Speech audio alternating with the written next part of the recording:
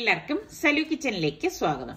ഞാൻ ഇതാ വലിയൊരു പാത്രത്തിൽ കുറച്ചധികം വെള്ളം തിളപ്പിക്കാൻ വെച്ചിട്ടുണ്ട്. അപ്പൊ മണ്ണിന്റെ ഡിന്നർ സെറ്റ് ഞാൻ ഈ ഒരു രീതിയിലാണ് പഴക്കിയെടുക്കുന്നത്. എല്ലാ ഡിന്നർ സെറ്റ് ഇതാ ഇതിനുള്ളിലേക്ക് മുക്കി വെച്ചു കൊടുക്കും.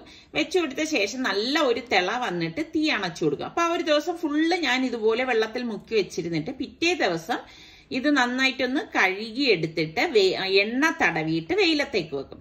വെയിലത്ത് വെച്ച് അതൊന്ന് ഉണങ്ങിക്കഴിഞ്ഞാൽ പിന്നെ ഞാനത് കബോർഡിലേക്ക് മാറ്റുവാണ് ചെയ്യുന്നത്. അപ്പൊ നിങ്ങൾ ഈ രീതിയിലൊക്കെ തന്നെ ആണോ ഡിന്നർ സെറ്റ് പഴക്കിയെടുക്കുന്നതെന്നുകൂടി ഒന്ന് പറയണേ. പിന്നെ 2 അപ്പച്ചട്ടി ഞാൻ വാങ്ങിച്ചിട്ടുണ്ടായിരുന്നു. അപ്പൊ അത് ഞാൻ പഴക്കുന്നത് ഈ ഒരു രീതിയിലാണ്. അപ്പൊ എൻ്റെ അടുത്ത് വിജയകുമാരി പറഞ്ഞ് ഈ ഒരു രീതിയിൽ ചെയ്താൽ നല്ല മെഴുക്കം കിട്ടും എന്നാണ് പറഞ്ഞത്. അപ്പൊ അതിനനുസരിച്ച് ഞാൻ അതും അടുപ്പത്ത് വെച്ച് ഒന്ന് ചൂടാക്കിയ ശേഷം കുറച്ച് എണ്ണ ഇതുപോലെ ഒഴിച്ചു കൊടുക്കും. അപ്പൊ ഇത് മുറ്റത്ത് വെച്ചിട്ട് നിങ്ങൾ ട്രൈ ചെയ്താൽ മതി കേട്ടോ. എന്നിട്ട് ഇതാ ഇതുപോലെ ഒന്ന് എണ്ണയൊന്ന് ചുറ്റിച്ചു കൊടുക്കണം. ചുറ്റിച്ചു കൊടുത്ത ശേഷം നമ്മൾ ചിരട്ട കത്തിച്ചിട്ട് അടുപ്പിൽ നിന്ന് ആ ചിരട്ടയുടെ പീസാണ് ദാ ഇതുപോലെ എണ്ണയിലേക്ക് ഇട്ട് കൊടുക്കുന്നത്. അപ്പൊ ഈ ഒരു രീതിയിൽ പഴക്കിയെടുത്താല് നല്ല ഈസി ആയിട്ട് അപ്പം ഇളകി കിട്ടുമെന്നാണ് വിജയകുമാരി എൻ്റെ അടുത്ത് പറഞ്ഞത്. എനിക്ക് ചെറിയൊരു ഭയം ഉണ്ടായിരുന്നു ഇതിനി പൊട്ടോന്നൊക്കെ ഉള്ളത്. അപ്പൊ വിജയകുമാരി ഉറപ്പ് പറഞ്ഞു ഒന്നും പറ്റത്തില്ല എന്ന്. കൂഴച്ചക്ക കിട്ടിയപ്പോഴേക്ക് ഞാനത് അടച്ച് ഫ്രിഡ്ജിലേക്ക് വെച്ചിട്ടുണ്ടായിരുന്നു. അപ്പൊ ദാ ഈ ചക്ക ഞാൻ ഇനിയിപ്പോ എടുത്ത് ചക്കയപ്പം ഉണ്ടാക്കാൻ പോവാണ്. അപ്പൊ ചക്ക ഇതുപോലെ കുരു എല്ലാം മാറ്റി അതിന്റെ ചവണിയെല്ലാം മാറ്റിയെടുക്കണം. നല്ല പഴുത്ത കുഴച്ചക്കയില് ചക്കയപ്പം ഉണ്ടാക്കാനാണ് ടേസ്റ്റ് കൂടുതൽ കേട്ടോ.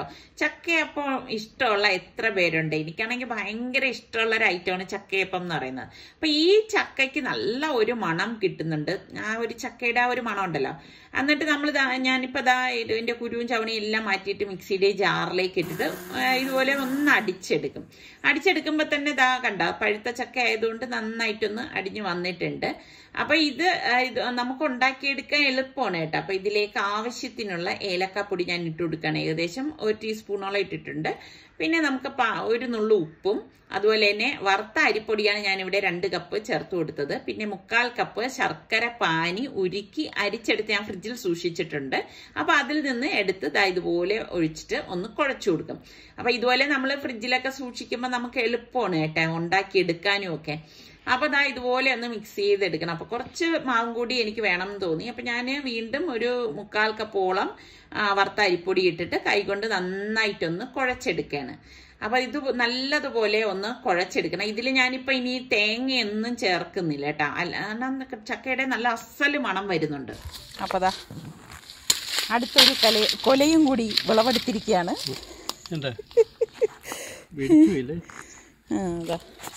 മേടിച്ചു പോയതാണോ ഇത് അണ്ണം തിന്നാണ്?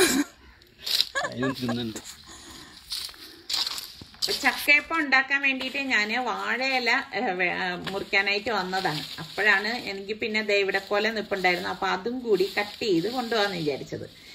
അപ്പൊ ഞാൻ പറഞ്ഞു എങ്കിൽ പിന്നെ ആ ഒരു വാഴത്തട ഉണ്ടല്ലോ അതും കൂടി ഇളക്കിയിട്ട് എടുത്തിട്ട് പോവാം. അപ്പം അത് വെച്ചിട്ടുള്ള വിഭവങ്ങളൊക്കെ തയ്യാറാക്കി എടുക്കാമല്ലോ. അപ്പൊ എന്തും നമ്മൾ ഈ ഫ്രഷോട് കൂടി അപ്പൊ ആ വെട്ടുന്ന ആ ഒരു സമയത്ത് തന്നെ നമ്മൾ ഉണ്ടാക്കി എടുക്കുമ്പോൾ ഒരു പ്രത്യേക ടേസ്റ്റ് തന്നെയാണ്. അപ്പൊ എനിക്കാണെങ്കിൽ ഈ വാഴയില ഇതുപോലെ കട്ട് ചെയ്യുന്ന സമയത്ത് ഭയങ്കര വിഷമമാണ്. കാരണം ഒരു ഇല കട്ട് ചെയ്യുന്നല്ലോ എന്നുള്ളത്. പക്ഷെ എനിക്ക് ഏറ്റവും സന്തോഷമുള്ള കാര്യം ഇതുപോലെ ഒരു നമുക്ക് വാഴയിലയൊക്കെ ഉണ്ടെങ്കിൽ അതിലുണ്ടാക്കി എടുക്കുമ്പം ഇതിനൊക്കെ നല്ല ടേസ്റ്റുമാണ്. അതുപോലെ തന്നെ ഈ ചക്കയപ്പം വാഴയില അല്ലാതെ നമ്മളുടെ ഈ ഇലയുണ്ടല്ലോ മറ്റേ വയണ ഇലയുടെ ഇലയുണ്ടല്ലോ അതിലും തയ്യാറാക്കി എടുക്കും കേട്ടോ. അപ്പം അതില്ലാത്തത് കൊണ്ടാണ് ഈ ഒരു വാഴയില വെട്ടാനായിട്ട് ഞാൻ വന്നത്. അപ്പം ഞാൻ പിന്നെ ആ കൊലയൊക്കെ ഏട്ടത്തേക്ക് പോയി വാഴയില നന്നായിട്ട് കഴുകിയ ശേഷം ഇതുപോലെ ഒന്ന് വാട്ടിയെടുക്കണം. അല്ലെങ്കിൽ എന്തെന്ന് വെച്ചാൽ പെട്ടെന്ന് അത് കീറിപ്പോവും. അപ്പൊ കീറിപ്പോവാതിരിക്കാൻ നമ്മൾ ഇതുപോലെ വാട്ടിയെടുത്തിട്ട് നമുക്ക് ആവശ്യത്തിനനുസരിച്ച് മുറിച്ചെടുക്കുകയാണെങ്കിൽ ഇല കീറിപ്പോവത്തില്ല കേട്ടോ.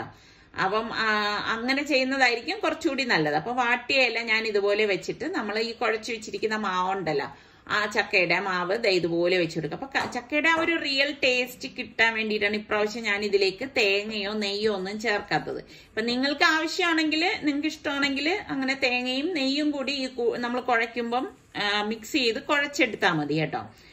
അപ്പൊ ഞാൻ ഇതുപോലെയാണ് ഇതുപോലെ ഒരു സ്ക്വയർ ഷേപ്പില് ഇതുപോലെ ഒന്ന് കട്ട് ചെയ്ത് ഇതുപോലെ ഒന്ന് മടക്കി കൊടുക്കും. എളുപ്പമാണ് കേട്ടോ ചക്കയപ്പം ഉണ്ടാക്കാനായിട്ട്. അപ്പൊ ഇത്രയേ ഉള്ളൂ സംഭവം. അപ്പൊ ഈ ഒരു രീതിയിൽ തന്നെ നമുക്ക് ഈ ഇരിക്കുന്ന മാവെല്ലാം ഒന്ന് പരത്തിയിട്ട് മടക്കിയെടുക്കാം. അപ്പൊ നമ്മൾ ഒന്ന് മെനക്കെട്ട് കഴിഞ്ഞാൽ നമുക്ക് ചായയുടെ കൂടെ കഴിക്കാനും ഇത് തണുപ്പിച്ച് കഴിക്കാനും നല്ല ടേസ്റ്റാണ്, ചൂടോടുകൂടി കഴിക്കാനും നല്ല ടേസ്റ്റാണ്. അപ്പൊ ചക്കയപ്പം നിങ്ങളൊക്കെ ഉണ്ടാക്കുമ്പം ഈ രീതിയിൽ തന്നെയാണോ? ചക്കയപ്പം ഇഷ്ടമുള്ള എത്ര പേരുണ്ട്? എനിക്ക് ഭയങ്കര ഇഷ്ടമാണ് കേട്ടോ ചക്കയപ്പം. അപ്പൊ ഇതെല്ലാം ഞാൻ ദാ മടക്കി എടുത്തിട്ടുണ്ട്. ഇനി ഞാൻ ദാ ഇഡ്ഡലി ചെമ്പ് ദാ അടുപ്പത്തേക്ക് വെച്ചിട്ട് ഇതെല്ലാം ഇതിലേക്കൊന്ന് അടുക്കി വെച്ചു കൊടുക്കാണ്. എന്നിട്ട് ഒറ്റ ട്രിപ്പിൽ തന്നെ ഞാൻ ഇതൊന്ന് ആവിയേറ്റി എടുക്കും. ഒരു 10-12 മിനിറ്റ് ഞാൻ ഇതൊന്ന് ആവിയേറ്റും കേട്ടോ. അപ്പൊ അത് ആവിയേറ്റാൻ വെച്ച നേരം കൊണ്ട് എനിക്ക് ഇതിനിടയിൽ ഞാൻ തുണിയൊക്കെ നനച്ചിട്ടുണ്ടായിരുന്നു. അപ്പം അനുസരിക്കാതെ കുറേ ഷർട്ടുകളൊക്കെ ഉണ്ടായിരുന്നു.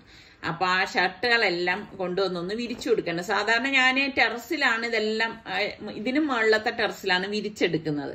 അപ്പൊ നല്ല വെയിലുണ്ട് കേട്ടോ. തണുപ്പുണ്ടെങ്കിലും വെയില് വരുമ്പോഴേക്കും നല്ല ചൂടാണ്. അപ്പൊ ഞാൻ വിചാരിച്ചു ഇതിപ്പോ ഷർട്ടൊക്കെ നമ്മൾ മുകളിൽ കൊണ്ട് വിട്ട് കഴിഞ്ഞാൽ ആ വെയിൽ കൊണ്ടിട്ട് പെട്ടെന്ന് അരച്ചു പോകും. അപ്പൊ ഇതാവുമ്പോ പെട്ടെന്ന് വന്ന് എനിക്ക് ഉണങ്ങുന്ന അനുസരിച്ച് എടുത്തിട്ട് പോവുകയും ചെയ്യാൻ, പിന്നെ ടെറസിലൊക്കെ ഒന്നും പോകേണ്ട കാര്യമില്ലല്ലോ. അങ്ങനെ ഇതെല്ലാം ഞാൻ വിരിച്ചിട്ടിട്ട് ഇതാ താഴെ വന്നപ്പോഴേക്കും നമ്മളുടെ ചക്കയപ്പം റെഡി ആയിട്ടുണ്ട്. അപ്പം കറക്റ്റ് പരുവത്തിനായിട്ടുണ്ട് കേട്ടോ. അപ്പൊ ഞാൻ എന്താ മൺഭരണിയില് തൈര് ഉറയൊഴിക്കാൻ വെച്ചതാണ്. ഇപ്പൊ ഭരണിയുടെ പുറത്ത് കണ്ടോ വെള്ള കളറിൽ, അതിനുള്ളിലുള്ള വെള്ളമാണ് ഇത് പുറത്തേക്ക് വന്നിട്ട് കാണുന്നത്. അപ്പൊ നമ്മൾ പാലൊഴിച്ച് ഉറയൊഴിച്ചതല്ലേ. അപ്പൊ ഞാൻ കാണിച്ചു തരാം, ജസ്റ്റ് നിങ്ങളെ ഒന്ന് കാണിച്ചു തരാം. ശരിക്കും നമ്മള് സ്റ്റീൽ പാത്രങ്ങളിലൊക്കെ ഉറയൊഴിക്കുന്നതിൽ നിന്നും എന്തുകൊണ്ട് നല്ലത് തന്നെയാണ് ഇതുപോലെ മൺഭരണിയിൽ ഉറയൊഴിച്ച് വെക്കുന്നത്. ഉറയായി തുടങ്ങുന്നതേ ഉള്ളൂ. അപ്പൊ ഇനി സെറ്റ് ആവുമ്പോ ഞാൻ കാണിച്ചു തരാം കേട്ടോ എങ്ങനെ ഉണ്ടെന്നുള്ളത്. പിന്നെ എന്റെ അനിയത്തി എനിക്ക് കുറച്ച് പച്ചമുളകും കാന്താരി മുളകും അവള് വീട്ടിൽ തന്നെ ഉണ്ടാക്കിയെടുത്തതാണ് കേട്ടാ, നട്ടു വളർത്തി ആദ്യം നിന്നാണ്. അപ്പൊ ഞാന് ഇത് വെച്ചിട്ടാണ് ഇന്ന് കറികളൊക്കെ റെഡിയാക്കാൻ പോണത്. അപ്പൊ ദാ നമ്മളുടെ ചക്കയപ്പം ഞാന് ഇതാ തണുക്കാനായിട്ട് അടപ്പ് മാറ്റി വെച്ചിട്ടുണ്ടായിരുന്നു. ഒരെണ്ണം ദാ ഞാൻ എടുത്ത് തുറന്നിട്ട് കാണിച്ചു തരാമേ എങ്ങനെയുണ്ടെന്നുള്ളത്. തുറന്നപ്പോ തന്നെ നല്ല മണം വരുന്നുണ്ട് കേട്ടോ, ചക്കയുടെ അസല് മണമാണ് വരുന്നത്. അപ്പൊ ദാ കണ്ടോ നമ്മളുടെ ആവി പറക്കുന്ന ചക്കയപ്പം റെഡി ആയിട്ടുണ്ട്. ഇത് തന്നെ ശരിക്കും പറഞ്ഞാൽ ഒരു ചക്കയപ്പം തന്നെ 2 പേർക്ക് കഴിക്കാനുള്ളതുണ്ട് കേട്ടോ. കണ്ടോ, അപ്പൊ ദാ നല്ല ചൂടാണ് ഇത്. ദാ ആവി ഇറക്കുന്നുണ്ടോ, നല്ല ചൂടാണ്, ആവി ഇറക്കണം.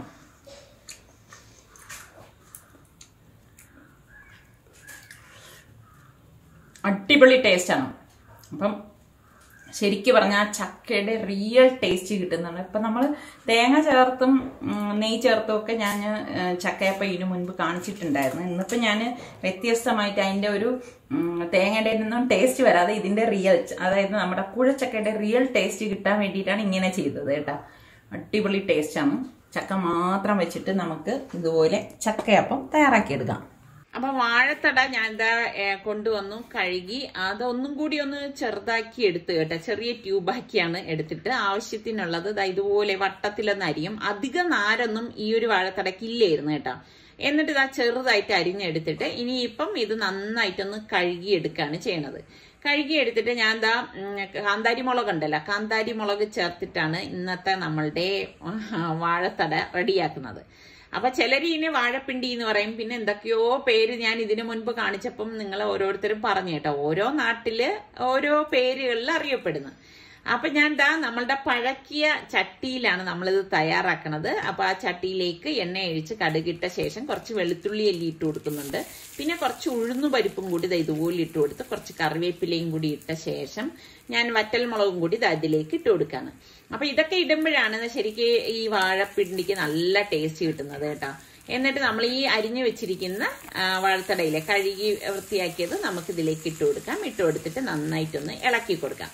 അപ്പൊ ഞാൻ ഇങ്ങനെയാണ് കേട്ടോ, പഴക്കിയ പാടെ തന്നെ ഞാൻ ഈ ചട്ടികൾ ഏത് ചട്ടി വാങ്ങിച്ചാലും പഴക്കിയ പാട തന്നെ ഞാൻ ഉപയോഗിക്കും.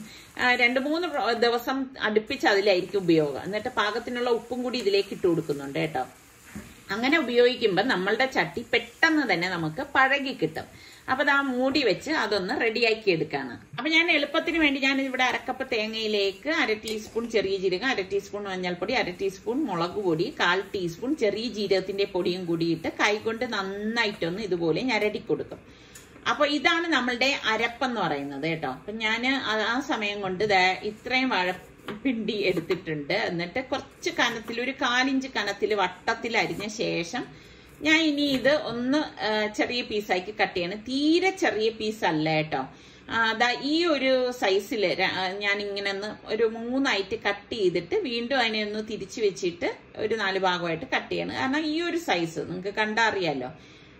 ഇത് വെച്ചിട്ടാണ് ഞാൻ ഇന്ന് കറി ഉണ്ടാക്കാൻ പോകുന്നത്. അപ്പൊ നിങ്ങൾ എത്ര പേര് ഈ ഒരു കറി ഉണ്ടാക്കി നോക്കിയിട്ടുണ്ട്, അല്ലെങ്കിൽ ഉണ്ടാക്കാറുണ്ടെന്ന് കൂടി പറയട്ടാ.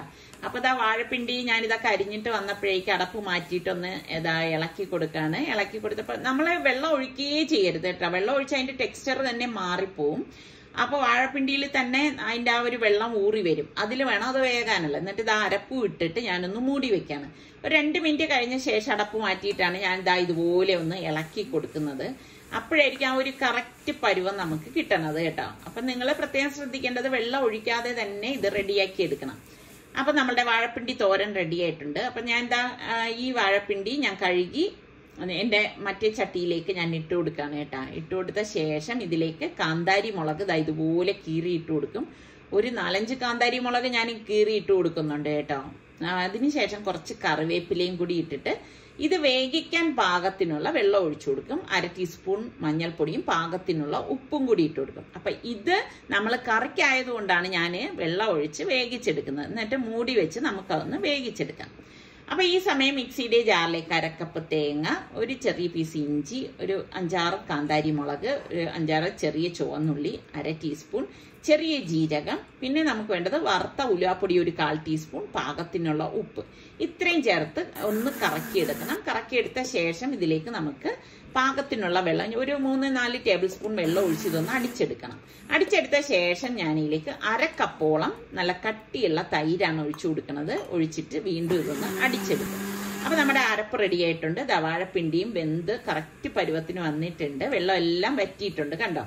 അപ്പൊ നമ്മൾ ഇനിയിപ്പം ഈ അരച്ചിരിക്കുന്ന അരപ്പ് ഇതിലേക്ക് ഒഴിച്ചിട്ട് ഇളക്കി എടുക്കണം. അപ്പൊ തൈര് ചേർത്തത് കൊണ്ട് തന്നെ ഇത് തിള വരാതിരിക്കാൻ പ്രത്യേകം ശ്രദ്ധിച്ചേക്കണം. അപ്പൊ നമ്മൾ നന്നായിട്ടൊന്ന് ഇളക്കിയെടുക്കാം. ഞാൻ ഗ്യാസ് ഓഫ് ചെയ്തിട്ടാണ് ഇതൊന്ന് ഇളക്കിയെടുക്കുന്നത്. അപ്പൊ വാഴപ്പിണ്ടി മോരാണ് ഞാൻ തയ്യാറാക്കിയത്. അപ്പൊ താളിക്കാൻ വേണ്ടി വെളിച്ചെണ്ണ ഒഴിച്ച് കടുകിട്ട് പൊട്ടിച്ച് കുറച്ച് ഉലുവയും കൂടി ഇട്ട് പൊട്ടിച്ചു കൊടുക്കും.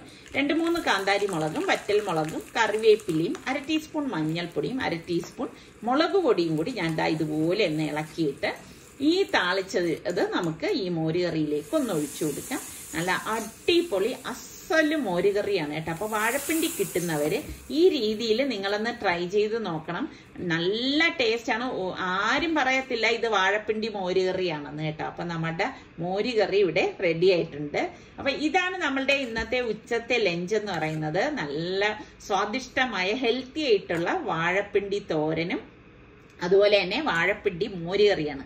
ഇന്നത്തെ റെസിപ്പികളെല്ലാം നിങ്ങൾക്ക് എല്ലാവർക്കും ഇഷ്ടമായെന്ന് വിശ്വസിക്കുന്നു. ഇതിൽ ഏത് വിഭവമാണ് നിങ്ങൾക്ക് കൂടുതൽ ഇഷ്ടമായതെന്ന് കൂടി ഒന്ന് പറയണേ. അതുപോലെ തന്നെ നമ്മളുടെ ചാനൽ കണ്ടുകൊണ്ടിരിക്കുന്നവരിൽ സബ്സ്ക്രൈബ് ചെയ്യാതെ കാണുന്ന ആരെങ്കിലും ഒക്കെ ഉണ്ടെങ്കിൽ നിങ്ങൾക്ക് ഇഷ്ടപ്പെട്ടാൽ സബ്സ്ക്രൈബ് ചെയ്യാൻ ബെല്ലൈക്കൺ പ്രസ് ചെയ്യുകയും കൂടി ചെയ്യണം കേട്ടോ. അടുത്ത നല്ല റെസിപ്പിയോ വ്ളോഗായിട്ടൊക്കെ കാണാം. അതുവരയ്ക്കും എല്ലാവർക്കും ബൈ.